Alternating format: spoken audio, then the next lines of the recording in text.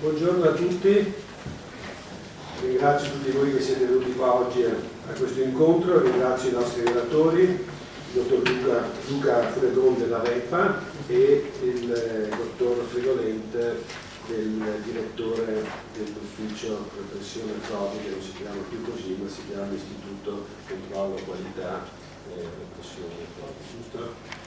E gli argomenti oggi sono due, uno di grande attualità, uno è il passaggio storico dai diritti in viticoltura alle autorizzazioni. È finito un periodo con il 2015, se ne apre un altro con le autorizzazioni. Doveva essere o dovrebbe essere un momento che portava al libero mercato anche il settore vitivinicolo, come è successo con l'abolizione delle quote latte in tutta Europa, ma di fatto le autorizzazioni, a mio avviso, poi se ne parlerà meglio il nostro relatore, è ancora un sistema di controllo delle superfici, in quanto non si potrà piantare se non si hanno le autorizzazioni. Quest'anno è il primo anno e tra poco è già aperto un bando di richiesta, perché ogni Stato ha una possibilità ogni anno di dare una certa superficie di autorizzazione. L'Italia ha scelto una certa percentuale, che circa l'1% della sua superficie, e adesso c'è un bando dove uno può fare richiesta per accedere, poi chiaramente in base alla disponibilità che ci sarà ci saranno le assegnazioni. Altra cosa che ci sono state proroghe, poi ci parlerà il dottor Fregolente, invece è la dematerializzazione dei registri di cantine. E da giugno dovrebbe diventare operativo, e anche questo è un argomento di grande attualità e anche direi un passaggio importante. Per cui noi abbiamo intitolato il convegno Le nuove regole in viticoltura, e nuove regole che noi ci auguriamo che siano anche una semplificazione, cioè il fatto di non avere più diritti alle autorizzazioni, il fatto di non avere più registri cartacei ma avere quelli informatici, sia anche una facilitazione, una semplificazione, e dovrebbe essere una sburocratizzazione. Però non so se così effettivamente lo sarà, perché almeno personalmente io vedo che i sistemi informatici che abbiamo adottato negli ultimi anni in agricoltura non è che abbia portato a una riduzione di quelli che sono gli adempimenti, ma mi pare che abbia portato a un aumento di quelli che sono gli adempimenti stessi. Per cui tutta questa semplificazione devo dire che non è che la vedo tanto. Mi auguro che non sia così in questo caso. Io lascerei subito la parola al dottor Fregon, che ci illustra il discorso, il passaggio dai diritti alle autorizzazioni. Grazie. Grazie della presentazione, ringrazio anch'io per l'invito, porto i saluti anche del mio direttore Fabrizio Steda e a tutta la platea. Ringrazio Confagricoltura che si dà questa possibilità, insomma, di parlare di quello che sarà il nuovo, insomma, gestione dell'ospedale Viticolo Veneto, di quello che sarà appunto la possibilità di impiantare vigneti nel territorio veneto. Mi collego un po' a quello, alle premesse. Effettivamente non cambia moltissimo, cioè rispetto alla precedente programmazione.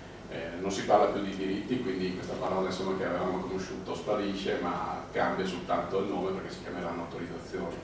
La cosa principale è che dal 1° gennaio i diritti non possono, le autorizzazioni possono essere più trasferite da un'azienda all'altra, quindi non ci sarà più questo problema della acquistare, del fare atti notarili, del fare scritture private per portare i diritti da un'azienda all'altra.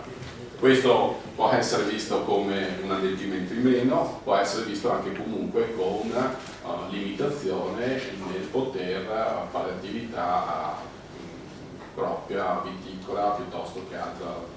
Se uno decide di rinunciare, ovviamente rinuncia, ma sa che perde quella quell'importo, quell'aiuto che era previsto per la vendita, chi decide di piantare non può aumentare la propria superficie se non con determinate regole.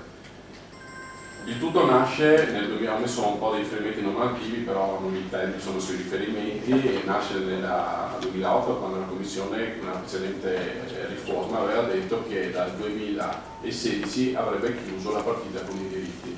Poi c'è stata parecchia attività tra gli Stati membri su chi voleva che i diritti continuassero a rimanere, altri che invece, soprattutto i paesi del nord, dell'Europa del nord, che volevano che questo sparisse. In realtà quello che ne è uscito è un po' quello che andremo un po' a vedere e quello che hanno deciso con i regolamenti 1308, che è quello del Consiglio, e poi quelli invece attuativi della Commissione, che sono quelli delegati esecutivi, che è il 560 e 561. A questi sono susseguiti recentemente, peraltro, un decreto ministeriale, quello del 15/12/2015, e una circolare AGEA, per dirvi, è riportata la data di febbraio di quest'anno, che ha definito un po' le regole di come devono essere gestiti. Io insomma li ho messi lì, se poi qualcuno insomma, gli interessa può andarsi a leggere cosa prevedono. Come dicevo, così come è stato stabilito nel 2008, dal 31/12/2015 è finita la questione dei trasferimenti dei diritti. Come sapete molti di voi, con il 31/12 è stata data la possibilità di acquistare, il Veneto ne ha acquistati diversi diritti da fuori Veneto. Tenete presente che sono stati acquistati circa 10.000 ettari negli ultimi mesi dell'anno, quindi vuol dire che insomma aumenterà comunque il potenziale Veneto. Oggi il potenziale superficie abitata siamo sugli 80-81.000 ettari, con 10.000 ettari in più che andranno piantati nei prossimi anni arriveremo a circa 90.000 ettari. Tenete presente che oltretutto in portafoglio abbiamo circa mediamente negli ultimi anni un 5.000 ettari che derivano da estirpi e rimpianti, quindi le aziende insomma, per il rinnovo dei vigneti estirpano e venivano rilasciati un diritto, e in questo momento oltre ai 10.000 che abbiamo acquistato abbiamo circa 5.000 diritti, quindi abbiamo in portafoglio Veneto oltre ai 81.000 ettari che abbiamo impiantato, abbiamo altri 15.000 ettari di diritti che dovranno essere trasformati in autorizzazione. Faccio un passo indietro perché abbiamo diritti oltretutto che sono scaduti prima della riforma precedente, prima del 2008. Questi diritti avranno una scadenza che è prevista, quella naturale, cioè quelli rilasciati prima del 1° agosto 2008 non avranno una scadenza che adesso vi dirò per tutti gli altri, avranno una scadenza naturale. Allora ci sono dei diritti acquistati dalla Sicilia, ad esempio stipulati prima di quella data, prima del 2008, che dovranno essere impiantati entro il 31/7/2016. Questi hanno scadenza naturale perché sono stati creati prima della precedente riforma, prima che venisse stabilito che nel 2015 si chiudeva la questione dei diritti, quindi questi dovranno, per chi ne ha in portafoglio, attenzione che dovrete impiantarli per forza, altrimenti perdete il diritto, entro luglio di quest'anno. Questo è già, non ce ne sono molti, ma ce ne sono in alcuni portafogli di alcune aziende. Tutti quelli invece generati dopo il 2008, 1° agosto 2008, sono stati messi come scadenza, così come prevedeva il regolamento, al 31/12/2015, e questi hanno la possibilità di essere trasformati in autorizzazioni. Cosa vuol dire? Che questi, prima di essere utilizzati, devono essere richiesti con una domanda, quindi non sarà una semplificazione in questo caso, ma sarà una procedura amministrativa, perché così prevede il regolamento. Poi vi dico anche il motivo, perché non è proprio così, insomma, che si poteva passarli secondo me tutti in automatico, tutti con una scadenza a 3 anni. In realtà la domanda per il trasferimento da diritto in autorizzazione deve essere fatta una domanda da parte dell'agricoltore. Perché? Perché la possibilità di questi diritti è quello che un agricoltore può decidere di trasformare il diritto in autorizzazione entro il 31/12/2020. Quindi cosa avete? Avete 5 anni per richiedere di trasformare questo diritto in autorizzazione. Cosa succede? Che una volta che l'avete trasformato, queste autorizzazioni si chiamano più diritti, diventeranno autorizzazione e avete 3 anni per utilizzarli. Allora cosa succede? Che se voi lo chiedete oggi o se noi avessimo trasformato tutti questi diritti, 15.000 ettari in questo momento, vi ho detto 15.000 ettari, e avessimo trasformati tutti in questo momento, voi avreste avuto 3 anni per impiantarli, perché questo il regolamento prevede 3 anni per impiantare un'autorizzazione. Trasformarli tutti vi avremmo preso 5 anni di vita di questi diritti. In questo modo invece voi sapete che avete voi sapete che avete la possibilità di decidere quando impiantare, e 3 anni prima o un anno prima chiedete di trasformare i diritti in autorizzazione. Da quel momento avete 3 annualità per poterli trasformare. Cosa vuol dire? Che in questo momento tutti quei diritti che sono 15.000 ettari, a parte alcuni, pochi insomma, avete tempo fino al 2023 per impiantare, quindi 8 anni, così come era previsto nella vecchia programmazione, 8 anni per impiantare. Attualmente, guardate, le regole sono state date, avete visto la circolare già è uscita a febbraio, stiamo implementando il sistema. In questo momento effettivamente il sistema non vi permette di trasformare i diritti in autorizzazione, perché niente, una volta uscite le regole dobbiamo insomma modificare i sistemi applicativi, e stanno rilasciando in questi giorni, era previsto entro fine marzo insomma il rilascio di tutto, hanno rilasciato qualcosa, quindi dai primi di aprile, comunque dal mese di aprile, dovremo essere in grado di darvi la possibilità di trasformare il diritto in autorizzazione e poi di fare le varie procedure che adesso vi vado a illustrare.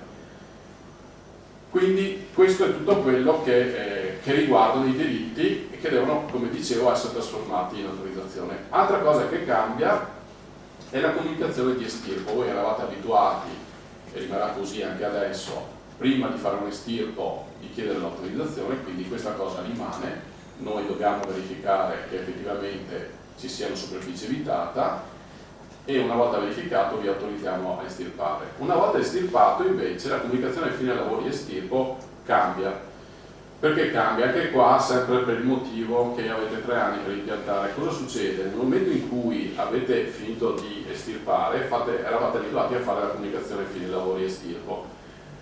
La fate ancora adesso questa operazione, in realtà avete 2 possibilità in questo caso. Potete chiedere di trasformare subito quella superficie in autorizzazione e sapete che a quel punto, nel momento in cui avete comunicato la fine lavori, voi avete 3 anni per impiantare, sempre quei 3 anni che sono i 3 anni stabiliti dai regolamenti. Quindi se oggi comunicate una fine lavori, oggi è il 15 di marzo, sapete che dovete impiantarle entro il 15 marzo 2019. Avete però un'altra possibilità, cioè quello di non trasformare subito i diritti in autorizzazione, ma avete la possibilità di trasformarlo entro 2 campagne successive. Cosa succede? Che quindi avete 2 anni in più, 2 campagne, in realtà un po' più di 2 anni, dipende da quando avete fatto l'estirpazione, e a questo punto avete 2 anni per trasformarlo in autorizzazione e poi 3 anni per impiantare, quindi torniamo un po' ai 5 anni che erano sempre stati concessi al Veneto per impiantare un'autorizzazione. Ora, questa può essere vista, anche questa, come un aggravio, perché dovete ricordarvi, se non avete trasformato in autorizzazione, di farlo, perché se non l'avete fatto subito con la prima domanda dovete poi ricordarvi di farlo, però dall'altra parte vi dà la possibilità, se uno sa che non riesce a impiantarlo nel giro di un paio d'anni, sapete che avete la possibilità insomma di rimpiantare il vigneto dopo 5 anni.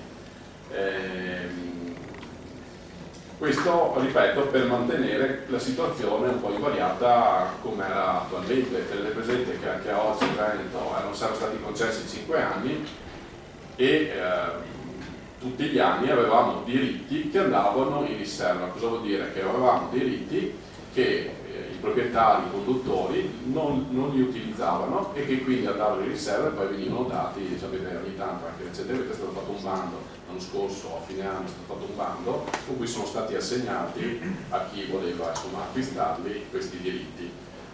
non sarà più possibile questa cosa, quindi una volta che uno non avrà utilizzato questi diritti verranno persi e verranno quindi persi dal potenziale viticolo regionale o nazionale. La comunicazione fine lavori,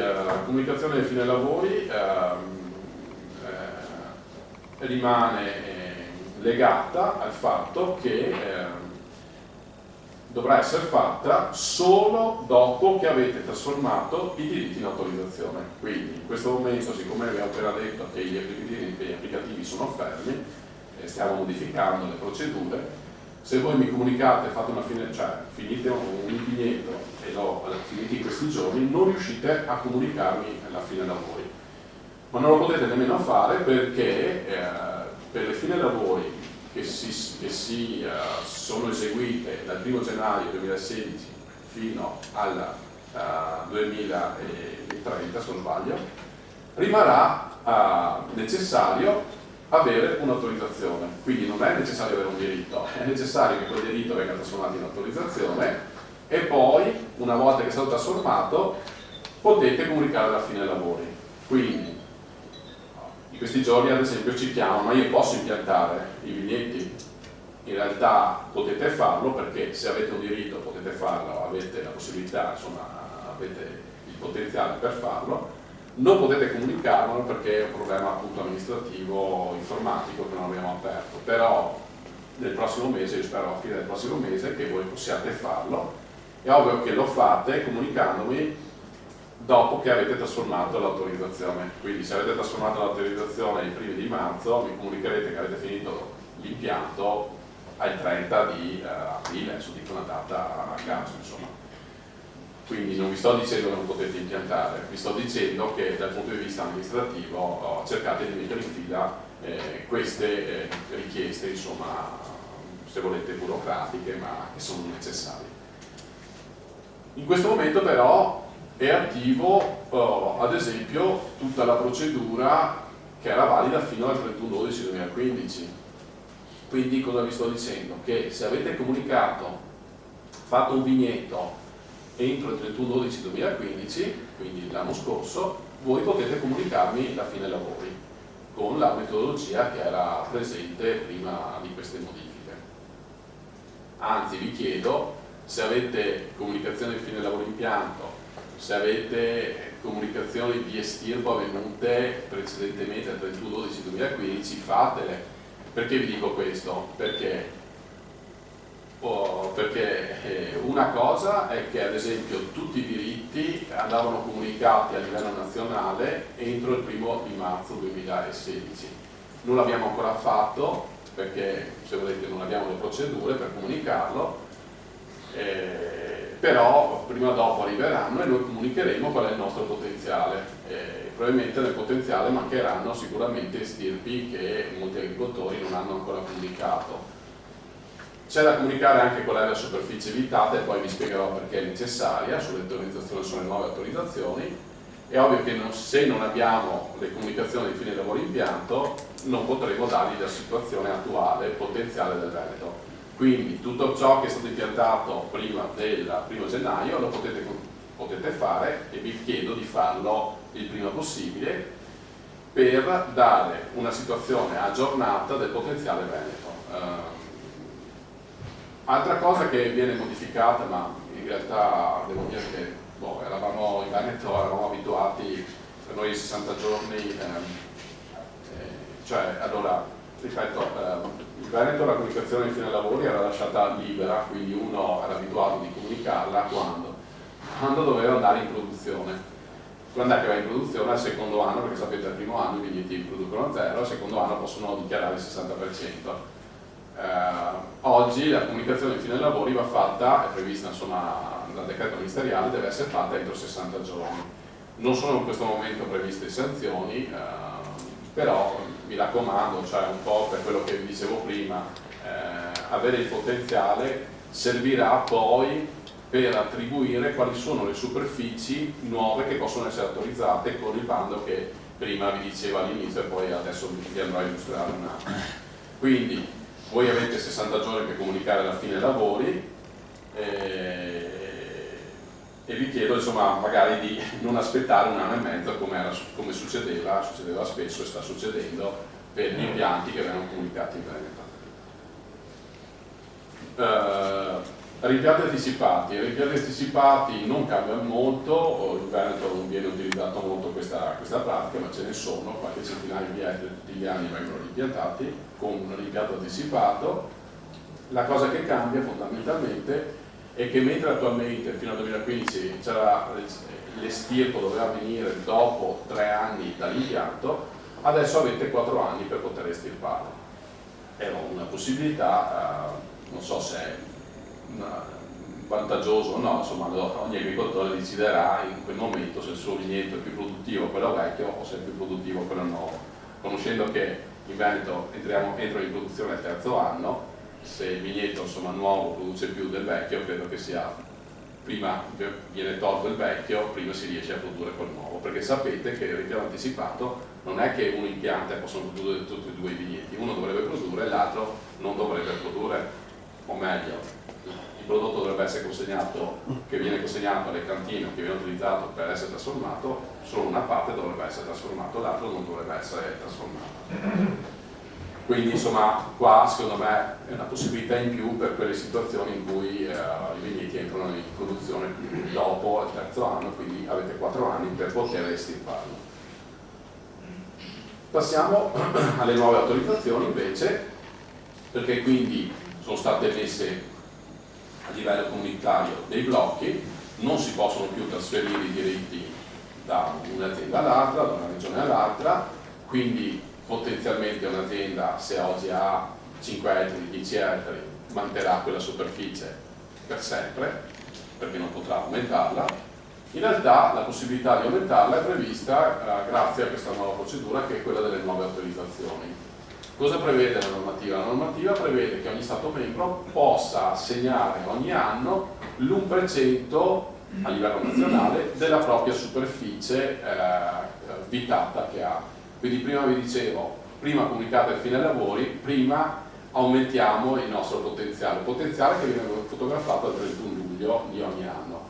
Quindi una volta fatta la fotografia verrà assegnato l'1% di quello che è il potenziale nazionale e poi anche il potenziale veneto. Perché? Perché in questo momento la scelta che è stata fatta è stata quella di fare una domanda nazionale, quindi in questo momento sono aperti gli applicativi a livello nazionale per presentare domande di richiesta di nuovi impianti che vengono rilasciati appunto e sono nuove autorizzazioni.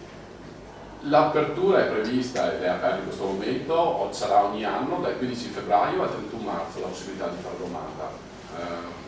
I primi giorni del 15 febbraio avevano detto che era aperto, poi in realtà è successo qualche settimana che il sistema funzionasse. Oggi il sistema funziona, si stanno caricando le richieste. Stamattina non ho chiesto qual era la situazione, sono fermo la settimana scorsa. In Veneto la settimana scorsa erano stati chiesti 2200 ettari. Tenete presente che 2 giorni prima erano 1600, visto che ho sentito però, e quindi in un paio di giorni sono stati caricati 600 ettari. Sembra che quindi insomma, ci sia una buona richiesta dal Veneto, era la regione con un maggior numero di maggior richieste in ettari. Questo martedì scorso, stamattina ripeto, non l'ho chiesto a distanza di una settimana, ma se tanto vi dà tanto all'aperto da una settimana, quindi una settimana 2000 ettari, penso che oggi sarebbero circa 4000, insomma, se è la prima settimana di richieste di ettari. Qua quali sono i vincoli? Non ci sono vincoli, l'unico vincolo che il sistema nazionale prevede è che ci sia una superficie, ci sia un fascicolo valido, quindi che ci sia un'azienda agricola e che ci sia una superficie su cui impiantare il vigneto. Cosa vuol dire? Che se avete dei seminativi potete chiedere, se avete un bosco ovviamente non potete chiedere di impiantare un vigneto, se avete dei vigneti non potete chiedere, perché se avete tutta la superficie già impegnata non potete chiedere diritti. Quindi io so che dei controlli che fanno è che ci sia praticamente una superficie utilizzabile, impiantabile con la superficie che richiedete. Quindi uno ha 100 ettari di seminativo, per assurdo può chiedere 100 ettari di nuove autorizzazioni.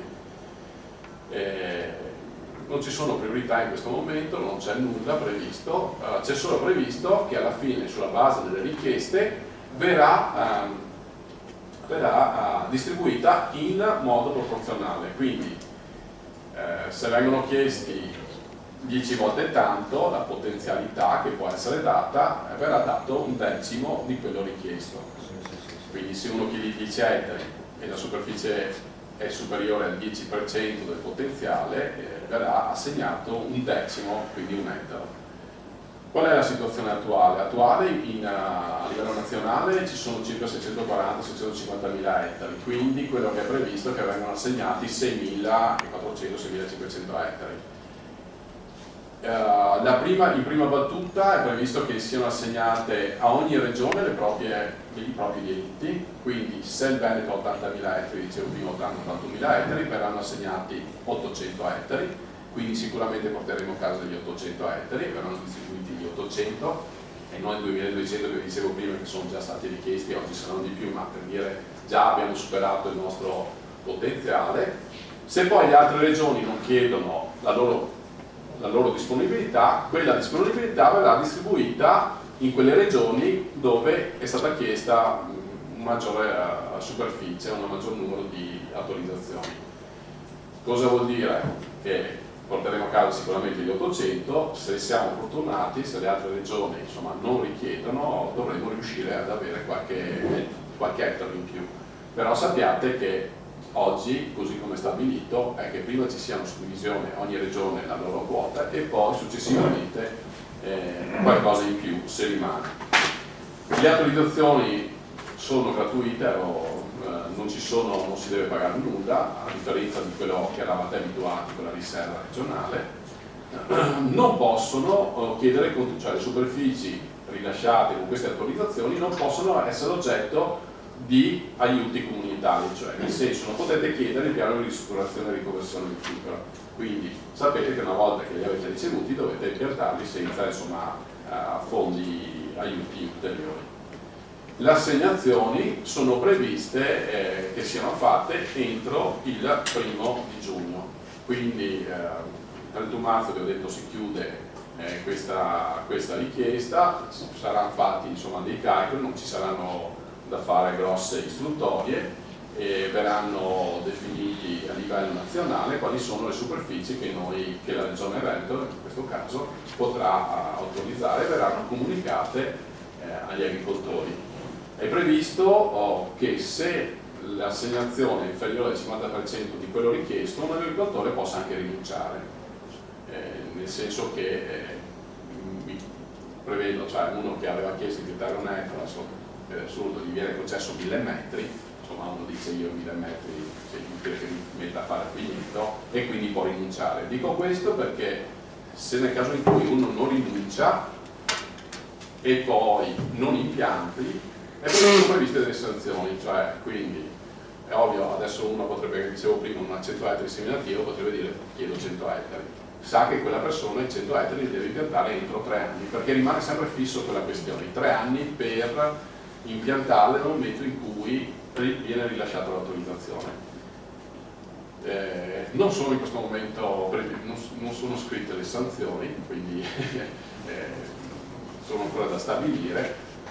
Credo che nel momento in cui vengono stabilite valgano anche per questo bando, perché così è scritto anche nella normativa. A livello nazionale siamo abituati che escono dopo le sanzioni, ma vedremo insomma. Sappiate ecco che insomma c'è anche questo, per carità, vincolo che attenzione insomma di non chiedere poi, è vero che sicuramente non vi verrà assegnato quello che chiedete, ma attenzione che se poi non impiantate tutta la superficie insomma potrebbero scattare delle sanzioni. Quindi un po' questo è il panorama delle novità. Prima si parlava appunto di riduzione di impegni amministrativi, in realtà dicevo prima noi in Veneto abbiamo con l'ospedale ridotto i tempi, veramente ridotti i tempi di rilascio delle autorizzazioni, degli stirpi, degli impianti. Siamo mediamente attorno insomma, ai 30 giorni per rilasci, insomma, per l'autorizzazione all'estirpo. Forse la procedura che era un po' più lunga nei tempi era proprio quella degli acquisti diritti. Infatti oggi l'acquisto diritti, ad esempio quelli fatti entro il 31/12, che avremmo dovuto chiudere entro il 1° marzo, non sono ancora chiusi perché purtroppo scontiamo il fatto che le regioni da dove provengono i diritti ci devono confermare che quel diritto esiste. Abbiamo ancora molti diritti su cui non abbiamo ricevuto la conferma da parte delle province, delle regioni competenti, e quindi in molti casi non abbiamo ancora rilasciato il diritto in portafoglio. Oggi con la normativa è previsto che le autorizzazioni siano rilasciate entro 90 giorni, quindi tanto vi dà tanto, insomma noi non dovremmo avere problemi se non casi particolari con di particolarità singoli. Per quei casi insomma non dovremmo superare sicuramente i 90 giorni, ripeto, siamo mediamente anche in alcuni casi anche sotto i 30 giorni, ma insomma anche se impiegassimo ancora i 30 giorni, insomma non credo sia un risultato così malvagio. Oggi, ripeto, la possibilità che abbiamo avuto con l'implementazione informatica ci ha permesso, insomma, di ridurre e di dare delle risposte molto più veloci alle aziende agricole che hanno necessità di impiantare. Poi sappiamo, insomma, ognuno quando ha acquistato poi vuole impiantare immediatamente. Quindi i tempi, secondo me, amministrativi sono già ridotti, miglioreranno perché non c'è più il problema del trasferimento di diritti, quindi sicuramente, insomma, mediamente i tempi saranno più ridotti. Le domande purtroppo rimangono, quindi un agricoltore non può impiantare liberamente, deve continuare a fare le richieste, e questo è un po', se volete, un po' il vincolo che vi rimane. Rimane un po', qua ho fatto un po' un riepilogo che non vi sto a ripetere. L'unica cosa che vorrei far presente è che le autorizzazioni non sono trasferibili, dicevo prima. Faccio presente che però sono previste solo in caso di forza maggiore. Allora, nel caso in cui, vabbè, è morte del titolare, la condizione però, a parte questa, nel caso di forza maggiore, sono ammissibili anche i trasferimenti da un'azienda all'altra nel momento in cui l'azienda chiude. Cioè, quindi se c'è fusione o c'è scissione di un'azienda, è ovvio che quell'azienda non esiste più e quindi verranno trasferiti con i beni anche le autorizzazioni alla nuova azienda che si insedia al posto di quella, insomma, da dove provenivano. I diritti e le autorizzazioni sono in capo al conduttore, quindi a colui che ha chiesto di estirpare il vigneto, quindi rimangono in capo al soggetto, insomma, che li detiene nel momento in cui ha chiesto l'estirpo. Potrete anche trasferire i diritti, le autorizzazioni da una regione all'altra, cioè se un soggetto ha terreni in Veneto, in Friuli, verranno gestiti separatamente. In Veneto saranno gestiti come attualmente quelli in Veneto, in Friuli quelli in Friuli. Però se domani mattina decidete che quelli del Friuli siano impiantati in Veneto, lo potete fare sempre all'interno della stessa azienda, quindi per assurdo anche dalla Sicilia al Veneto. Il problema è fondamentale che ci sia appunto il cambio cioè è previsto a livello, in questo momento non è ancora stato implementato, è previsto che quel diritto che prima era stato rilasciato dalla regione Friuli o dalla regione Sicilia venga trasferito per competenza alla regione Veneto, e solo in quel momento, insomma, potrete utilizzarlo e comunicare alla fine dei lavori. Quindi c'è un sistema che andrà a generare un contenitore a livello nazionale e verranno cambiati gli attributi, quindi quegli attributi che riguardano più le caratteristiche di quel diritto, che non saranno più di competenza della regione da dove sono nate, ma nella regione in cui si vuole utilizzare. Quindi c'è da fare anche qua un passaggio, insomma, passaggio dell'esistenza del diritto e caricamento nella regione in cui si vuole impiantarlo, però è fattibile. Quindi qua si apre tutta la vicenda, insomma, della conduzione di terreni con gli estirpi, che lascia voi, insomma, la fantasia che ne avete abbastanza più di me in questo caso.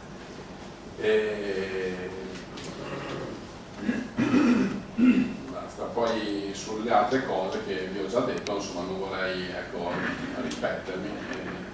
Io avrei finito, poi se, insomma, avete domande, non so se le lasciamo alla fine o se volete che le facciamo adesso, non so come sentite già, visto che siamo caldi su questo argomento, se volete, se avete domande, per me sono pronto, insomma, a rispondere. Io non ho trovato nel decreto nazionale, non ho trovato la priorità regionale. Quello che mi risulta è a livello nazionale c'è questo però... In battuta ha detto che la distribuzione sarebbe a livello regionale, quindi 800 ettari alla regione Veneto, però quello che lui dice dovrebbe essere 6.500 ettari a livello nazionale. Guarda, adesso non mi ricordo se è scritto nel decreto, ma nel circolare c'è. Ok, nel circolare c'è, ma questa è da sempre, anche so che sia scritto, scritto, detto nelle parole. In realtà questo è quello che anche a livello ministeriale è sempre stato detto. Non partecipa agli incontri ministeriali, però in realtà c'è stato venduto una cosa, in realtà poi ci portiamo a casa qualcosa di diverso, cioè ogni regione non vuole perdere la propria quota a favore di qualche altra regione, questa è un po' la logica. Adesso per carità la circolare già c'è scritta, però è una cosa che è un po' che gira, insomma, però c'è scritta. Un'altra cosa, pianto il vigneto con l'autorizzazione, do in affitto il terreno, l'autorizzazione sì, quindi in quel caso esattamente. Certo. Quindi cercare solo una gestirlo qualcun altro diventa di qualcun altro. Questo è il concetto. Oggi è così. Cioè non possono essere trasferiti le autorizzazioni come carta, come era prima col diritto. La carta non esiste più un documento cartaceo, quindi non viene più. Ovviamente i terreni potete farne quello che volete, insomma, cioè potete dare in affitto, potete dare in condizione a qualsiasi soggetto. Attenzione ovviamente sugli atti, perché poi insomma una volta che uno dà in affitto, gli affitti prevedono anche insomma, che il terreno venga rilasciato nelle stesse condizioni in cui era stato consegnato, quindi qua si potrebbe innescare tutta una serie, se non sono fatti correttamente gli atti, insomma potrebbero innescarsi tutta una serie di contenziosi insomma, tra il proprietario e l'affittuario, insomma. Però su questo credo che ne abbiamo già visti anche nel passato, casi particolari molto limitati, ma c'erano. In futuro insomma sì, non vorrei che questo diventasse ecco, un problema che, ripeto, basta che ci siano le regole chiare, credo che sia un problema.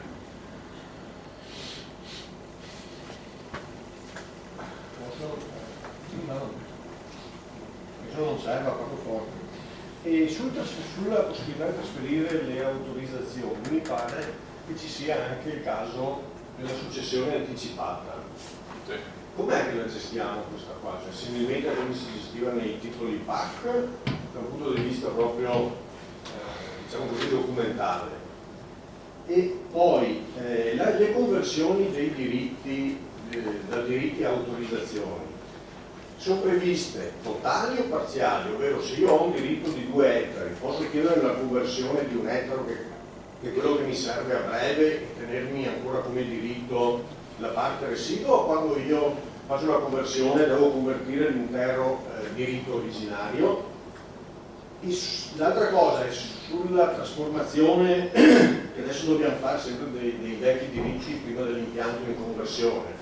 Sarà tipo un passaggio puramente amministrativo o istruttorio, nel senso cioè, simile a uno IADO, per dire, per cui di fatto avremo quasi un tempo reale, o dobbiamo tararci in questo primo periodo sui 90 giorni e quindi appena apre cominciare a prenderci avanti?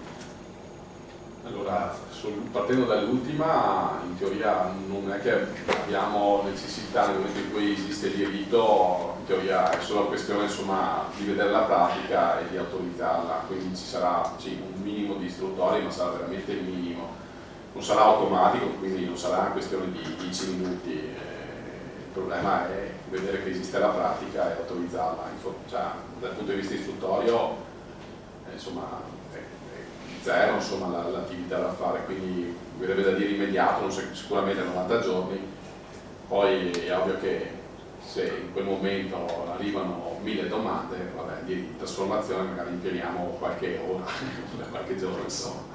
E sulla questione, quindi insomma, io immagino immediato, qualche giorno, 5 giorni, insomma.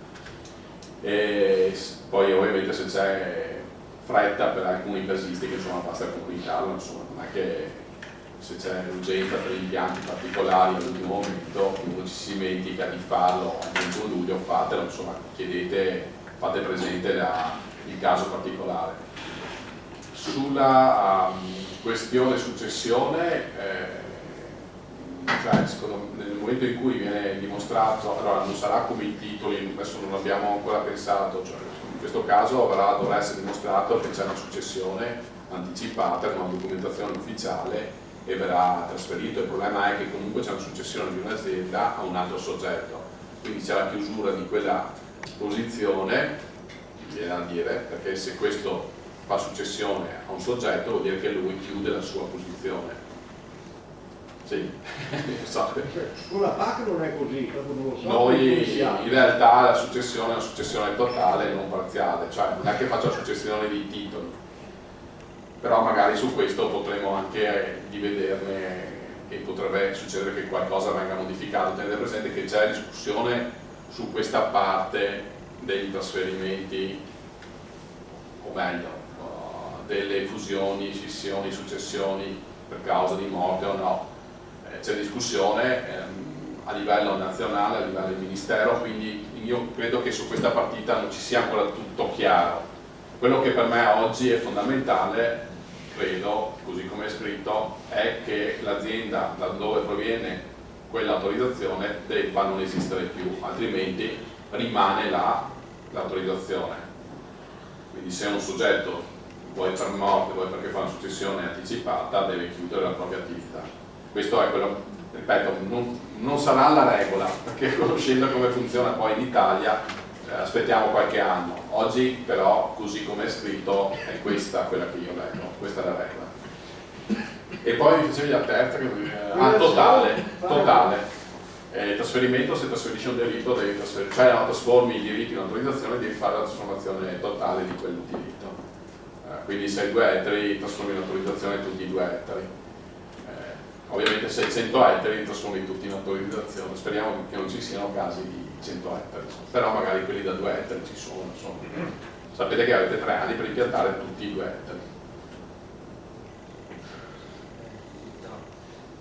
Volevo chiederti una cosa sul nuovo programma. Siccome oggi le autorizzazioni non vengono, diciamo, rilasciate, non ci avvisate, non ci avvisa quando è stata autorizzata l'impianto, l'autorizzazione. È possibile, visto che siamo in corso, fare in modo che il nuovo programma abbia questo warning? Cioè noi rilasciamo, protocolliamo le domande, poi a vostra volta ci dite guarda, è autorizzata la pratica il giorno X, noi vediamo perché sennò dobbiamo sempre andare a vedere tutte le parti. Perché all'interno dello schedario si vede che è stata autorizzata, è ovvio che voi dovete andare dentro a vedere qual è. L'altra cosa è avere una PEC e vi mandiamo la comunicazione, però avere le PEC di tutti potrebbe essere. So così, non è previsto oggi. Sì, nel senso che sia un criterio anche per noi facciamo delle pratiche e voi le vedete. Quando avete autorizzato possa partire un segnale per cui anche noi vediamo che il giorno X è stata l'autorizzazione. Sì, è una cosa che adesso effettivamente non esiste, non è che sia una cosa impossibile. Quello che magari è il problema è che esiste, che molte volte bisogna capire a chi dobbiamo dare l'informazione. Allora immagino, a me verrebbe da dire all'azienda agricola, ma magari è per chi ha fatto le pratiche, vorrebbe vedere chi l'ha fatto. Un modo per farlo è, dicevo adesso, PEC, se io avessi la PEC insomma potrei mandargli un'email dicendo guardate che abbiamo autorizzato. Diversamente è un servizio nei confronti del CA che mette a disposizione questa informazione globale, cioè nel senso oggi ne ho lavorate 10 relativamente a quella CA, danno l'informazione guarda che oggi ne ho lavorato quella di Caio, Rossi, Bianchi, insomma. Quindi immagino che insomma, questa è un'informazione diversa da quella nei confronti dell'azienda agricola. Oggi, ripeto, non c'è, sicuramente la prima cosa che dobbiamo fare è mettere a disposizione, poi mi prendo appunti insomma, su questa proposta e vediamo insomma, se riusciamo. Qualcuno qua diceva SMS, potrebbe anche essere, l'importante è avere anche i cellulari, molte volte, guardate, una delle difficoltà che abbiamo su questa anche questione di modernizzazione è riuscire a avere l'informazione delle aziende agricole. Cioè avere un cellulare, avere una PEC, che ripeto, non è che come 5 anni fa, o 10 anni fa. Le PEC ormai ci sono di molte aziende, sicuramente per quanto riguarda le aziende strutturate di un certo punto di vista le abbiamo le PEC, non è che non ci siano. Adesso non ricordo più, però su 100.000 aziende abbiamo 40-50.000 PEC. Allora cosa vuol dire? Che le aziende più importanti hanno la PEC, non è un problema, è ovvio che ne abbiamo metà, su cui non sappiamo come comunicare. Altra cosa è il cellulare, molte volte potrebbe essere interessante, cioè mandare l'informazione via SMS, guarda che ti abbiamo autorizzato. Bisogna avere i cellulari dentro il fascicolo, non sempre ci sono i cellulari, forse neanche il telefono fisso non c'è molte volte. Vuoi perché non è stato comunicato, vuoi perché non c'è mai il tempo per caricare tutti i dati, insomma, quindi in futuro credo che dovremmo sempre più utilizzare questi sistemi di informazione, perché solo così riusciamo, insomma, a essere tempestivi sull'informazione verso le aziende agricole. Quindi vabbè, vediamo, insomma, su questo non ti garantisco a breve, però c'è già qualcosa, insomma, che parte via PEC, alcune informazioni, quindi potrebbe anche essere questa. Per le nuove autorizzazioni, le rinunce nel caso in cui ci siano, cioè l'azienda agricola che chiede una superficie per esempio di 1 ettaro e ha un'assegnazione di 4.800 metri, rinuncia, quei 4.800 metri là vengono ridistribuiti a quelli che non rinunciano o vanno in altra regione? Parlo per nuove autorizzazioni. Sì, allora per quelle che non vengono utilizzate è previsto che comunque siano anche recuperate per dire l'anno dopo. Adesso bisogna capire a che punto è la rinuncia, perché se la rinuncia in realtà è previsto che siano recuperate l'anno dopo, quindi l'anno dopo eventualmente nel caso in cui uno degli impianti rinunci oppure ci siano altre condizioni che adesso sono anche scritte, alcune casistiche, è previsto che l'anno dopo siano aumentate, insomma sia data la possibilità di essere utilizzate, quindi magari se sono 800 ettari l'anno dopo saranno 210 e subito 10 ettari in più perché qualcuno ha rinunciato, quindi comunque non sarebbero perse, se non subito sono avrebbero recuperate l'anno successivo. Che tempi ci sono per la rinuncia? Vi verrà comunicato, sì, entro comunque poi l'assegnazione definitiva, quindi quando vi sarà comunicato, ed è previsto così nel caso ministeriale solo nel caso in cui sia inferiore al 50%, questo è scritto dopo. Nel senso, uno chilometro mi viene assegnato quest'anno 4.000 metri, l'anno dopo magari anche 3.000 li può accumulare e andare più. Beh sì, voi avete 3 anni per impiantare, quindi potete aspettare anche il terzo anno per impiantare, poi se tutti gli anni prendete a casa 1.000, sono 1.000, 2.000, 3.000, insomma. Può dire aspetto magari l'anno sì, questo potete farlo. Quelli che rinunciano non posso più piantarli o posso No, una volta rinunciato basta. Lui diceva invece io posso accumulare accumulo in 3 anni sì. Se Se siete fortunati l'anno dopo sono a portare a casa qualcos'altro. Poi cambiano le regole, non lo so, perché questa è la prima. Il primo bando con delle regole, peraltro sono previste, così sono previste da regolamento, non è che per carità avrebbero potuto mettere delle restrizioni in realtà, però così scritte in questo modo sono il minimo previsto dal regolamento comunitario, quindi hanno previsto il minimo insomma a livello nazionale.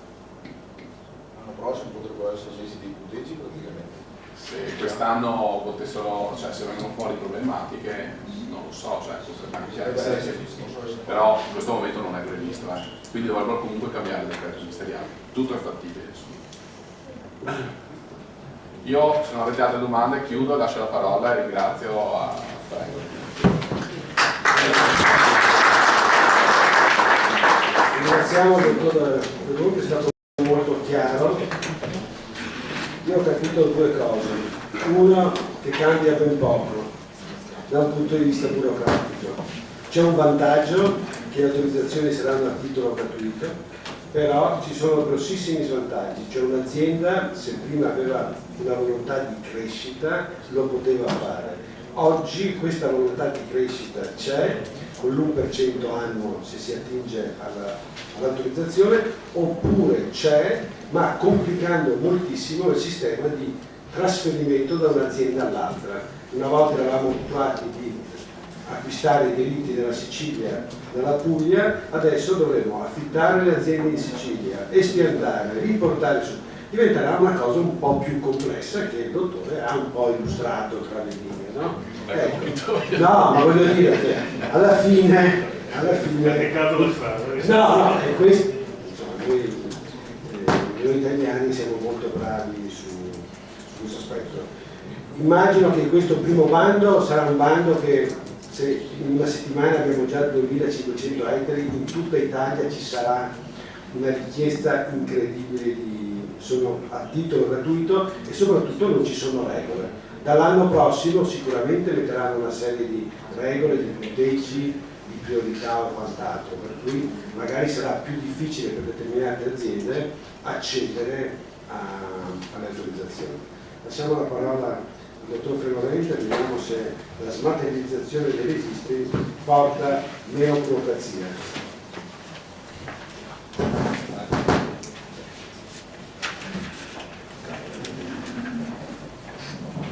Buongiorno a tutti, certo che la porta, magari non subito, anche perché bisogna mantenere questi casi, vedi come fanno? Perché autenticazione fallita? Scusate, ma che quasi non si può, no, non funziona. Si fa dalla faccia.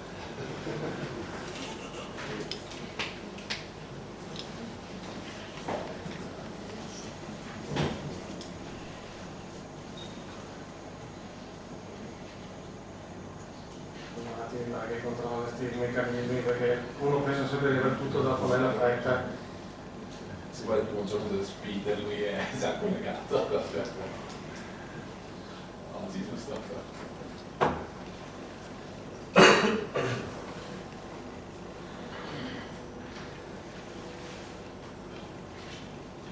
Bene, questi corretti bene processi.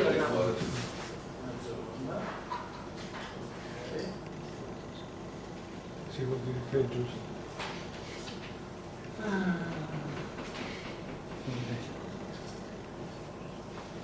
No, sono i computer della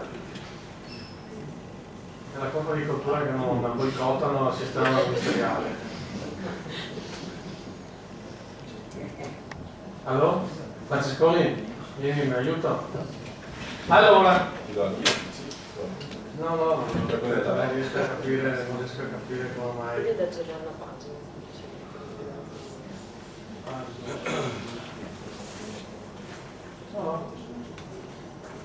No, non dà segni di vita, non so.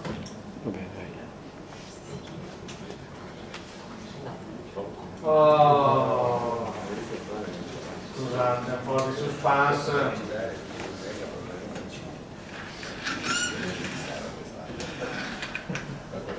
Allora, parto con, anche se con un po' di suspense, col fatto di dire che la login e la prima pagina del registro dematerializzato c'è e siamo in rete, quindi a Treviso dovrebbe funzionare. Anche le operazioni le abbiamo già caricate, faremo qualche esempio, andiamo subito a vedere se c'è anche Excel, così siamo pronti per... Allora, mettiamo subito la data che vogliamo fare la giacenza, mettiamo quella di ieri che non si sa mai. Cerca. Perfetto, mi dà anche la giacenza, mi permette anche di stampare, vediamo se parte Excel. Benissimo.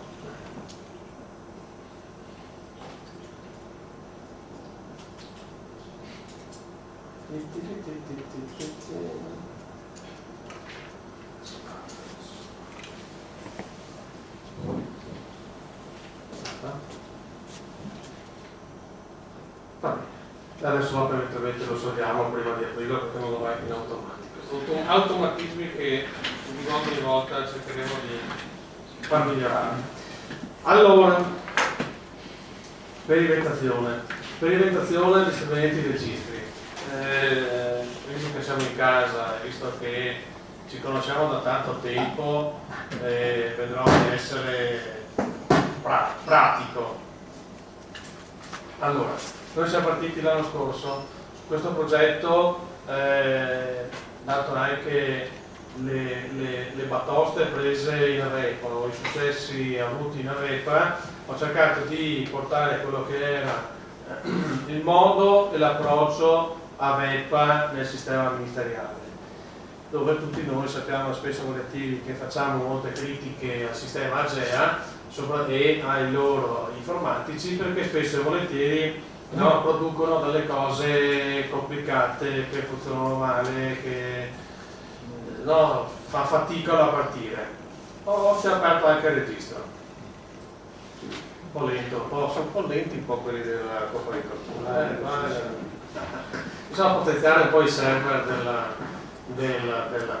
Comunque ritorniamo alla nostra presentazione.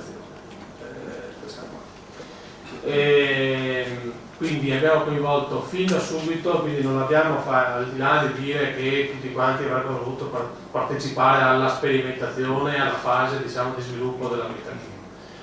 In democrazia è bello tutti partecipare, però si fa anche tanta confusione. Noi abbiamo scelto sull'indicazione della filiera vitivinicola nazionale, quindi anche per Confagricoltura Italia ci hanno assegnato delle aziende, adesso qui non le abbiamo targate perché alla fine la targa non ci interessa solo che voi sappiate che abbiamo aziende di tutta la nostra penisola, ci sono aziende del tipo Cantine Riunite SIV, MGM, la Querciavella, Umani Ronchi, Rovero, Gancia, Tasca d'Almerita, Marchesi Antinori, Frescobaldi, Castigliano Rufino, Schenk, Vinivallis, Cavit, Mionetto, Zonin, Santa Margherita. Tanto per dirvi i soggetti con cui stiamo lavorando, non tanto per la parte che andremo a vedere poi di quella che era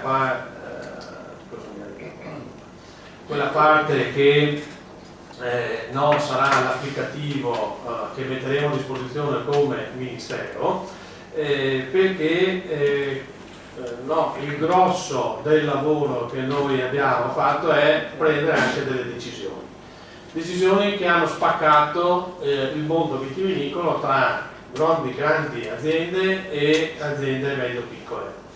Le grandi aziende generalmente sono già 20 anni che hanno degli applicativi che continuano ad aggiornare costantemente e che sono molto probabilmente anche più evoluti del sistema informatico che noi andremo a proporvi.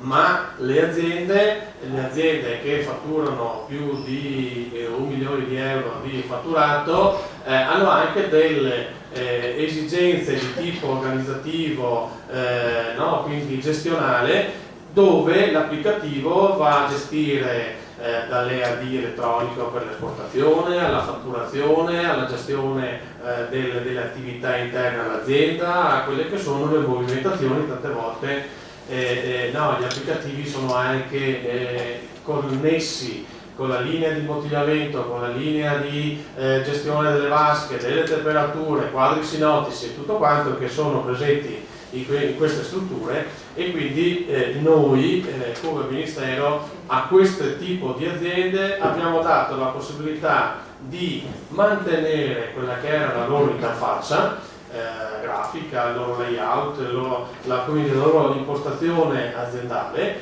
e determinare invece e sviluppare quella parte di software che trasmette i dati dal server, dal computer, dal disco fisso aziendale al contenitore del sistema informativo agricolo nazionale, il SIAN. Perché l'evoluzione è quello che serve per semplificare, l'ho sempre detto anche quando ero in AVEPA, è quello di dire che per semplificare bisogna avere le informazioni. Se qualcuno pensava di semplificare buttando via tutta una serie di adempimenti, annullando gli adempimenti, questo tipo di semplificazione a normativa vigente non lo possiamo fare. Quello che sicuramente quindi stiamo facendo è di aver ben individuato i soggetti che operano nel settore. Oggi, e lo dovete ben fissare in testa, oggi ci sono il 7% delle aziende vitivinicole italiane che movimentano il 93% del vino italiano, ok? Il 7% di aziende, quindi 2.500-3.000 soggetti movimentano il 93% del vino italiano. Questi 3.000 soggetti hanno già software, hanno già strumenti, hanno già più evoluti rispetto a quello che... E però a fine mese si trovavano a stampare pile o risme di carta per dimostrare, per adempiere al fatto di andare a evidenziare la stampa del registro su carta vidimata dall'ICQRF per fissare quella che era la registrazione, la movimentazione che poteva essere fatta in azienda. Domani queste aziende a fine mese, perché comunque è rimasta nell'ambito della discussione nella definizione del decreto 293 del 20 marzo 2015, è stato definito che il dato che viene trasmesso all'ICQRF, se un'azienda ha una dimensione inferiore, ha una capacità inferiore ai 1000 ettolitri, una produzione inferiore ai 1000 ettolitri, o se è dotata di un sistema informatizzato privato, ha 30 giorni per l'invio del dato della movimentazione avvenuta in cantina. Le registrazioni, salvo le deroghe che sono per i piccoli, ma poi adesso ve le riassumo e poi le andiamo a rivedere magari in maniera più strutturata nelle mail, vanno comunque fatte anche se uno ha un sistema informatizzato, con i tempi con cui avete sempre gestito i registri cartacei. Cosa fondamentale: i due sistemi, operando nella stessa base dati, quindi il nostro sistema, diciamo, chiamiamolo ministeriale, valutato che no, io posso andare a fare quella che è l'elaborazione dei prodotti e quindi quando prenderete con confidenza, no, la cosiddetta SPAB, che sarà la elaborazione di vini spumanti, no? Se voi in azienda avete già un applicativo che gestisce solo la fase di commercializzazione e imbottigliamento, quindi prende i vini finiti e da quel momento il dato entrava nei vostri applicativi e da lì dopo tutto veniva gestito informaticamente, mentre le fasi di arricchimento, di vinificazione venivano gestiti su cartaceo, domani, no, come imprenditori valuterete se continuare a farlo, solo che invece di farlo su un registro cartaceo, invece di acquistare i registri Flora di Botteon che tanto scalpita e tanto, diciamo, denigra questo progetto, non comprerete più i registri Flora e quindi purtroppo lui si troverà con una perdita abbastanza pesante dalla prima dell'utilizzazione. Non servirà più venire in ufficio a vidimare questi registri cartacei e quindi uno adempimento sicuramente viene già eliminato, come per chi doveva venire, no, ad agosto di solito arrivavano le risme di carta per stampare il registro a fine mese. Potrete continuare a fare le registrazioni su questo applicativo. Abbiamo definito già quelle che sono le regole per l'accreditamento, anche in questo caso ci sarà l'invio di mail, ci sarà il titolare dell'azienda che dovrà fare una richiesta per avere le credenziali di accesso, il proprio TUA, con poi una password che viene assegnata sul sistema.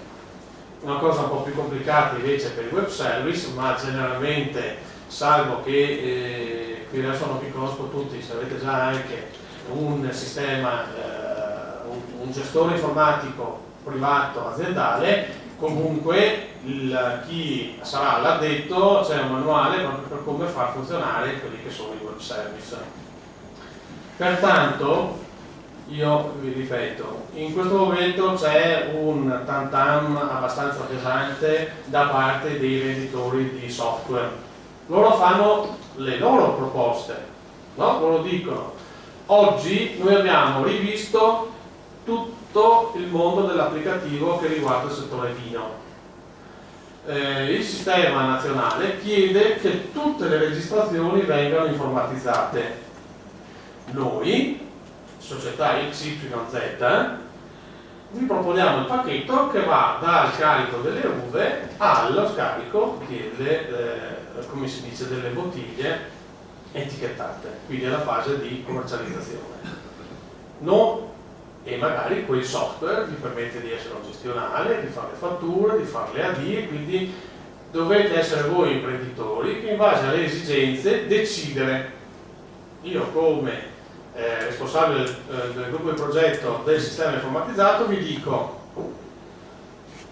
i sistemi informatizzati e il sistema, diciamo, online che voi a cui potrete accedere sono interfacciabili e scaricano i dati nello stesso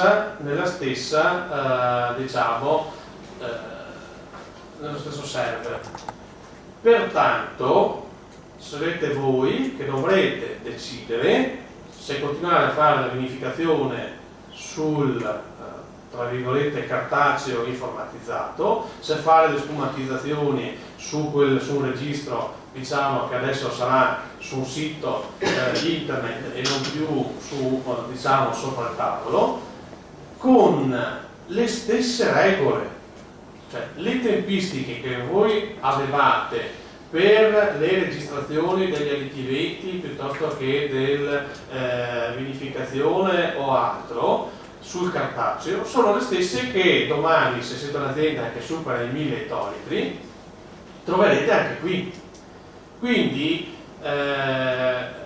quello che dovrebbe maggiormente imbarazzarvi è solo l'aspetto di dire che prima ero su un sistema cartaceo che lasciavo in un cassetto e solo se qualcuno veniva a rompermi le scatole in azienda e voleva controllare le registrazioni prendeva atto di ciò, dello stato di aggiornamento e di ciò che voi avevate fatto. Domani sostanzialmente cambia quasi niente, perché la data di imputazione del dato e la data di effettuazione dell'operazione non ha un controllo, no? Quindi se io ho fatto venerdì una spumantizzazione e la registro oggi, siete voi che digitate la data. Il sistema non fa il controllo, ma guarda che tu dovevi farlo entro 24 ore da quando hai messo su l'autoclave. Ok? Quindi ha la stessa gestione. È un rischio vostro, perché se stamattina fosse venuto l'ispettore della repressione frodi, avrebbe trovato che c'è una spumantazione di cui avevate dato la comunicazione preventiva, ma non la trovava ancora registrata nel registro. Quindi il, tra virgolette, rischio o la criticità è la medesima. Ok? Come tutte le cose nuove, oggi fare una domanda dell'UMA informatizzata credo sia molto semplice. No? Non più? Sono da via. Però diciamo che da un po' di tempo fare una domanda non è più complicato o bisognava fare corse in giro per gli uffici. Domani, con la parte quindi di questo software ci dovrà essere sicuramente quello che è un tempo tecnico per imparare, cioè tutte le cose nuove, una macchina nuova piuttosto che uno strumento nuovo, bisogna conoscerlo per poi riuscire anche a capirlo e saperne sfruttare le potenzialità. Noi come Ministero, insomma, come gruppo del progetto, avevamo dato delle tempistiche, ci siamo presi 4 mesi perché abbiamo avuto dei ritardi rispetto al 1° di gennaio per entrare e avere il prototipo, non più il prototipo, ma avere il software pronto da pubblicare. E il Ministero e il gabinetto del Ministro hanno deciso che dovevamo partire e ha dato dei tempi molto stretti, perché vorrebbe che dal 30 di giugno iniziasse l'obbligatorietà della tenuta nei registri informatizzati, quindi avete 3 mesi sostanzialmente Vinitaly diventerà il momento in cui ci saranno, no, i venditori di software che vi sommergeranno di volantini e vi diranno i miracoli che potranno fare i loro applicativi. Quello che vi dico è di avere, quindi stiamo facendo questi interventi proprio per farvi capire quali sono le possibilità. Credo che su questo aspetto di poter fare le registrazioni in modo disgiunto, quelli che devono vendere un software non lo evidenzieranno molto, noi invece per parte nostra ve lo diciamo in modo tale che poi voi siate sereni nella vostra valutazione. A noi andrà bene sia che facciate tutto sul software sia tutto sul nostro applicativo. Se eravate abituati a fare, chi è responsabile che è materialmente fa le registrazioni, a confidenza con, poi vedremo delle schermate, con ciò che va indicato e ciò che va riportato. Ci sono naturalmente come gruppo di lavoro avevamo un canovaccio abbastanza rigido, cioè abbiamo un regolamento comunitario che ci imponeva di fare determinate registrazioni. Quello che deve essere chiaro è che le stesse regole con cui si gestivano i registri cartacei sono state portate nell'ambito dei registri informatizzati e quindi tutte quelle che adesso magari qualcuno sta dicendo ma ci costringerete a fare un sacco di registrazioni in più rispetto a prima. Per una parte è vero, però è anche vero che poi cercherò di farvi vedere degli esempi. Una volta che io ho generato la mia serie di articoli all'interno dell'applicativo, con dei tasti andrò a richiamare quelli che sono i prodotti che un'azienda del nostro territorio farà una quindicina di articoli, ripeto, salvo che non sia una grossa cartina che magari però avrà già un applicativo. Nel nostro caso sarà un'azienda che ha 3-4 mila in meno di 1000 ettolitri e quindi con una decina di articoli ha già fatto quello che è il suo, le sue registrazioni, e di volta in volta, anno per anno, non servirà più che vada a imputare determinati attributi se non quelli che sono cambiati di annata per annata e che poi, ecco, voi, perché ogni singola azienda avrà le sue peculiarità, dovrà avere l'accortezza e l'attenzione di gestire correttamente. Quindi questo per dirvi, adesso ormai le date arriviamo a fine marzo, l'applicativo sarà completo con tutte le operazioni, comprese la certificazione, compresa la distillazione, proprio perché l'applicativo non servirà solo per gestire le cantine che producono vino, ma serve per gestire tutto quello che è il mondo dei prodotti vitivinicoli, quindi compresi gli aceti di vino, compresi le bevande aromatizzate, tutto quanto.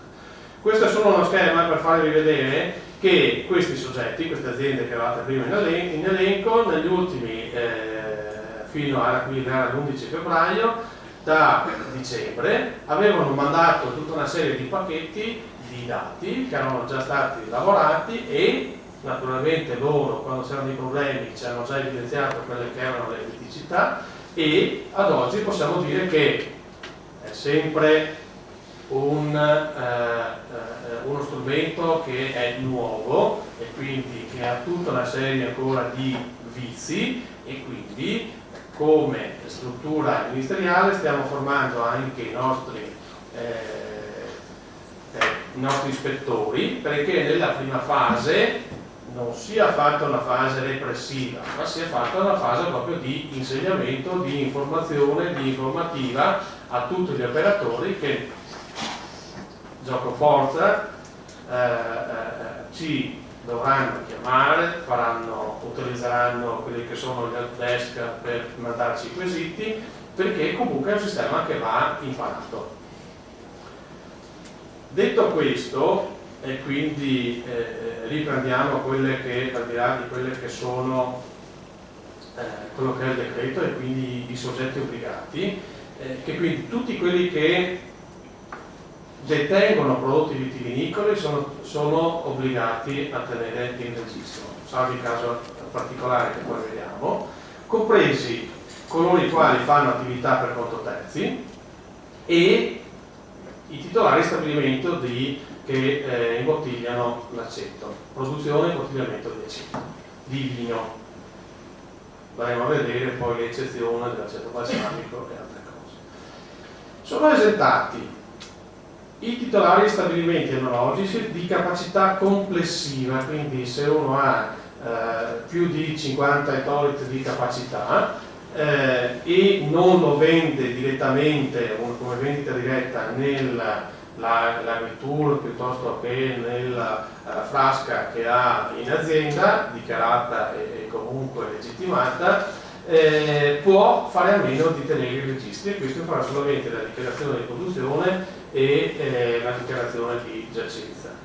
Questi tipi di aziende sono tipiche della zona dell'Alto Adige, nell'ambito del Triveneto, dove ci sono queste micro aziende che hanno anche l'agriturismo e che quel 20-30 ettolitri che si producono in azienda lo vendono anche direttamente durante i propri commissari. Gli esercenti attività di commercio all'ingrosso di prodotti vitivinicoli confezionati, quindi chi commercia e in questo caso rientrano anche tutti coloro che si fanno fare contolavorazione, quindi io ho il mio vigneto, prendo però la mia uva, la metto in contolavorazione a un'azienda vitivinicola, l'azienda vitivinicola mi fa tutte le lavorazioni e mi restituisce le scatole con le bottiglie etichettate e in ordine, io le porto nel mio punto vendita aziendale, non ho l'obbligo di tenere un registro. Dovrò tenere però tutta la documentazione, il contratto di contolavorazione e delle bolle di movimentazione dei prodotti per evidenziare comunque quelle che sono le transazioni, la tracciabilità del prodotto, ma cosa già nota. Coloro che detengono in luoghi diversi dagli stabilimenti, dei depositi, dagli acetifici, prodotti viticoli, tra i quali vitivinicoli, senza porre in essere alcuna trasformazione o manipolazione, per utilizzarli come ingredienti. Quindi se io ho un pastificio e ne aggiungo del pastificio piuttosto che un forno e faccio i miei prodotti da forno e ne aggiungo il prosecco piuttosto che il vino torcolato e altro, quella materia, quel prodotto vitivinicolo che io ho come ingrediente lo posso ricevere in azienda, lo gestirò sempre attraverso la documentazione di consegna, bolle e fatture e non sono obbligato alla tenuta dei registri, perché quello non verrà trasformato ma verrà solo quindi trasformato ai sensi del regolamento 436, ma verrà utilizzato come ingrediente in un prodotto della mia azienda.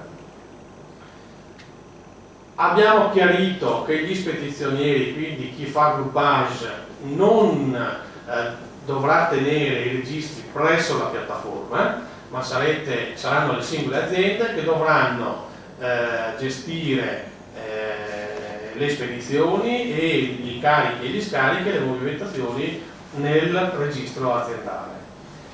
I soggetti che effettuano attività di ricerca e sperimentazione. I rivenditori del minuto di piccoli quantitativi, no? Quindi compresi il vostro concentrato e il vostro concentrato rettificato, e quelli di bevande da consumare esclusivamente sul posto. Gli operatori viticoltori non vinificatori, per esempio tutto il sistema Verona, che ha solo la messa in riposo delle uve per preparare le uve appassite, questi gestiranno solamente quello che è la documentazione legata, se è uva propria naturalmente avrà quello che è la dichiarazione potenziale, la dichiarazione che farà la Sicuria per gestire quello che è il fruttaio, nel caso il prodotto sia dopo, comunque anche delle indicazioni e delle giustificazioni per detenere le uve non ad hoc, e quindi sono esentati. e i soggetti che non dispongono di stabilimenti che tengono presso i propri depositi per la successiva rivendita in rosso, che è sempre il discorso dei depositi di prodotto finito. Quindi, come oggi, ogni stabilimento che ha un ICQRF avrà un proprio registro. Quando voi comincerete a ottenere dei credenziali, appena vi loggerete al sistema SIAN, vi farà ci sarà una prima schermata in cui voi visualizzerete tutti i codici ICQRF abbinati al vostro codice fiscale. No? Quindi abbiamo recuperato tutta quella che era il dato storico che è presente nei nostri database e li metteremo a disposizione, primo per fare ordine e eventualmente anche pulizia. Vi rappresento già fin d'ora che abbiamo visto che l'ICQRF ha avuto un passaggio di gestione dei sistemi nel 2003 e tutti i codici ICQRF ante 2003 li ritroverete purtroppo nella schermata che vi sarà presentata se voi avete già aperto o chiuso degli stabilimenti prima del 2003, perché non essendo informatizzata quella fase comunque si è trascinata tutte le decodifiche e quindi anche lì abbiamo previsto un automatismo. C'è già una comunicazione dove voi potrete appoggiare anche la dichiarazione con cui la struttura, quel codice ICQRF è cessato e dovrete dichiarare che non ci sono più registri aperti, perché è l'altro aspetto che dovevate eventualmente registri DOCO di IT piuttosto che DOCO ancora con la numerazione di quel sito produttivo, perché naturalmente quando è cessato uno stabilimento, se ci sono questo tipo di documenti vanno consegnati con un verbale all'ICQRF per la distruzione. Ok? Quindi se troverete, vi renderete conto che avete ancora magari a casa della documentazione riferita a stabilimenti che avete cessato, non succede niente, dovrete recarvi presso l'ICQRF con gli eventuali DOCO che avevate ancora magari trattenuto insieme ai registri della cartellina, perché quei documenti vanno consegnati e distrutti. Ok? Nel caso invece ci sia piena corrispondenza, abbinerete al vostro codice fiscale quello che è il sito per cui dovrete tenere le registrazioni e automaticamente si aprirà questa prima schermata dove voi avrete, vediamo se adesso è caduta, no, confermiamo la ditta, diremo che siamo un'azienda piccolina sotto i 1000 ettolitri.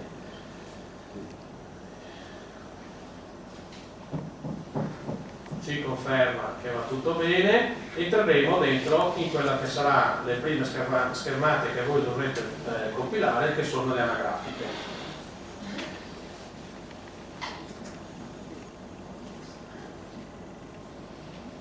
Come detto, i sistemi sono 2 e possono essere utilizzati anche contestualmente. Non necessariamente dovete scegliere se tenere tutto nel sistema SIAN o nel sistema informatico privato, perché i dati vengono scaricati tutti nella stessa banca dati. Quello che dovrete fare attenzione è di fare delle scelte precise, perché non va fatto il misto mare, non si può fare, cioè se io ottengo la commercializzazione sull'informatizzato e dopo vado a fare delle registrazioni sul sistema SIAN, potrei creare delle duplicazioni o degli errori che però sono stati generati da una mia impropria registrazione. Sappiate che nel sistema informatizzato fino a 30 giorni dalla data di effettuazione dell'operazione, il dato può essere modificato. Se io lo faccio prima di 30 giorni, quella riga verrà completamente cancellata, è come se voi non l'aveste registrato.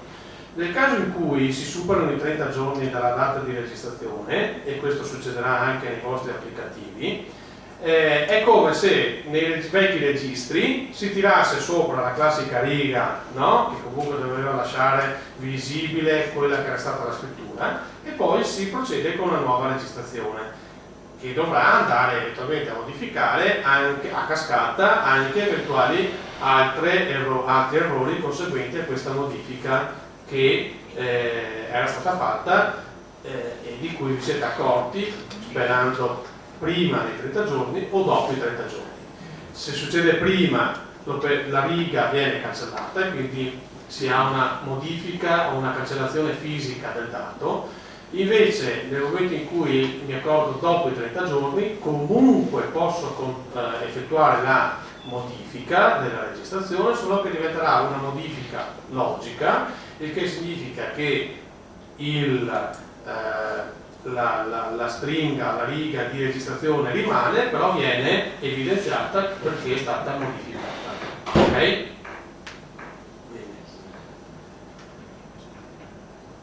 I termini di registrazione li abbiamo già detti. Quello che è importante e sicuramente per chi ha in azienda meno di 1000 ettolitri, che significa che io posso produrre 5000 quintali di uva, però se vinifico meno di 1000 ettolitri io posso beneficiare, visto che fate delle foto, dopo le slide noi le lasciamo verranno messi online. Perfetto, e quindi ve le scaricate direttamente da qui, visto che l'abbiamo comunque anche questa presentazione l'abbiamo pubblicata, quindi ve la potete tenere e anche tenere come traccia. Quindi diversamente dall'esenzione di quelle aziendine micro che erano capacità di 50 ettolitri, in questo caso è registrazioni con la stessa regola del dato fiscale, quindi del deposito fiscale, che se uno nei 3 anni precedenti ha fatto meno di 1000 ettolitri vale la dichiarazione di dire che ha prodotto meno di 1000 ettolitri, ha questa serie di benefici di poter effettuare le registrazioni a 30 giorni, no? Dalla loro effettuazione,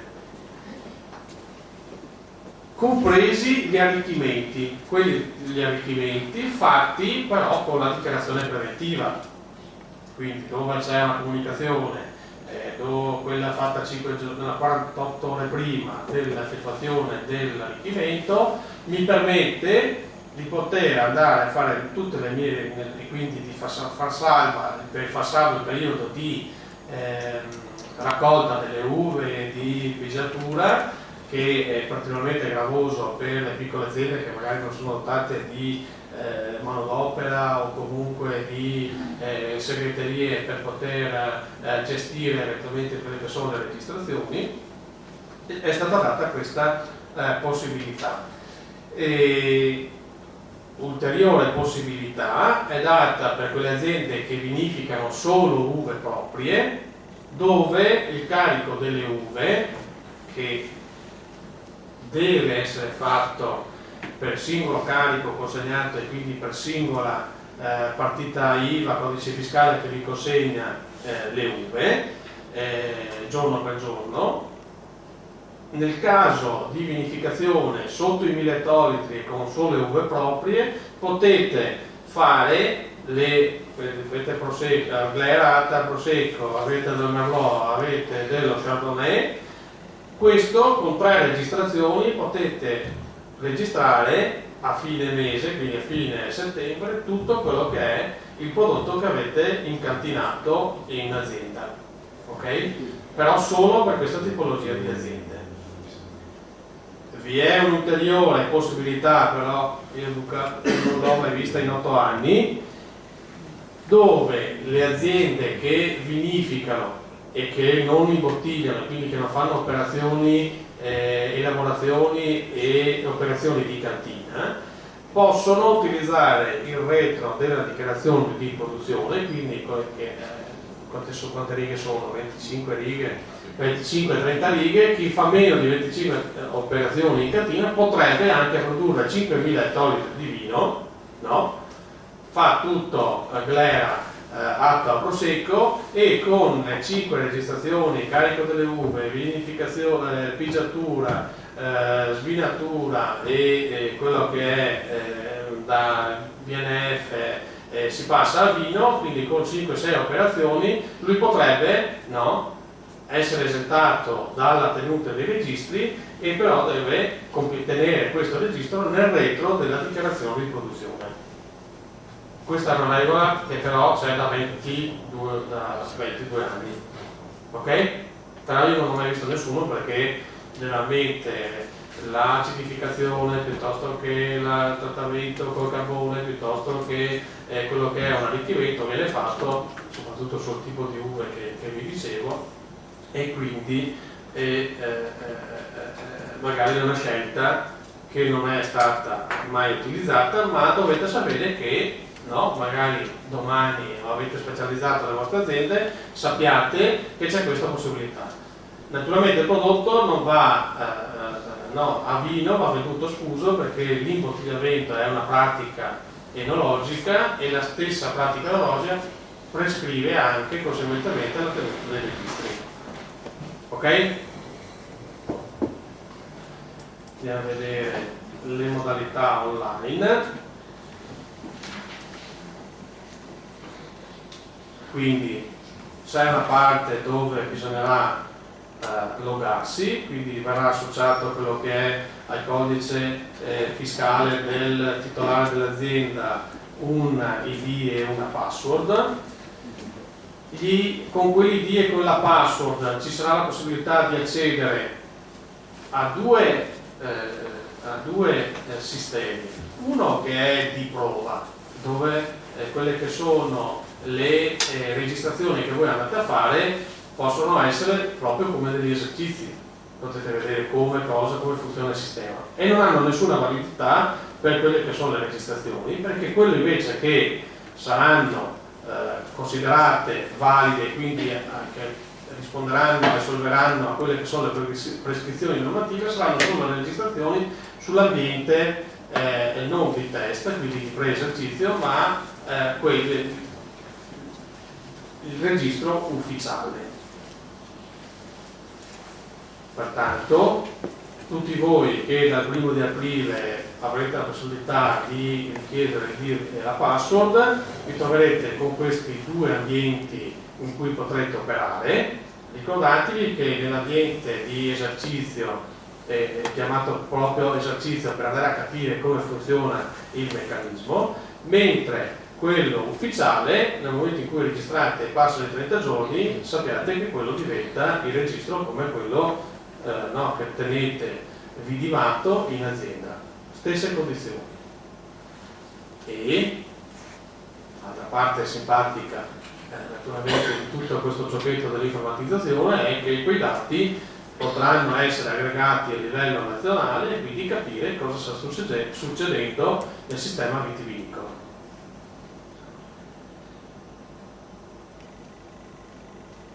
Vabbè, queste sono le operazioni, dopo adesso questo lo vediamo in pratica, questo lo vediamo dopo automaticamente, tramite quello invece il sistema web service. Nel sistema di scambio tramite web service la trasmissione dei dati non prevede un intervento umano, quindi si arrangia l'applicativo. Quando avrete, vi aggiorneranno gli applicativi che avete già in azienda, salvo, ripeto, che se fossero degli applicativi che hanno richiesto una ristrutturazione di quella che era la gestione dell'informazione finalizzata all'invio al SIAN, voi dovreste trovare le stesse maschere, no, che siete abituati a utilizzare quotidianamente in azienda, in quanto ci sarà poi un automatismo che insieme ai vostri consulenti informatici deciderete di inviare a 30 giorni, a 20 giorni o quando deciderete, o a ogni aggiornamento, no, ad esempio ci sono delle aziende che mi hanno detto ma noi abbiamo già tutto quanto informatizzato, ci arrivano i dati ufficiali dalla linea di bottigliamento, possiamo no, entro 48 ore inviare i dati. Io ho detto, le scelte con cui inviare i dati è vostra. Vale la regola che vale è questa: nel momento in cui io invio il dato ho sempre 30 giorni per la cancellazione di quel dato e ho invece dal 31esimo la possibilità della modifica del dato. Ok? Come oggi gestite i registri e gli apparati informatici, questa naturalmente come ufficio frodi non la vediamo come opportunità per l'azienda per non fare sbagli e per verificare. Quello che invece potrebbe essere e configurarsi ritardo o omissione come frode, come lo contestiamo oggi, verrà contestato domani. Non cambia molto.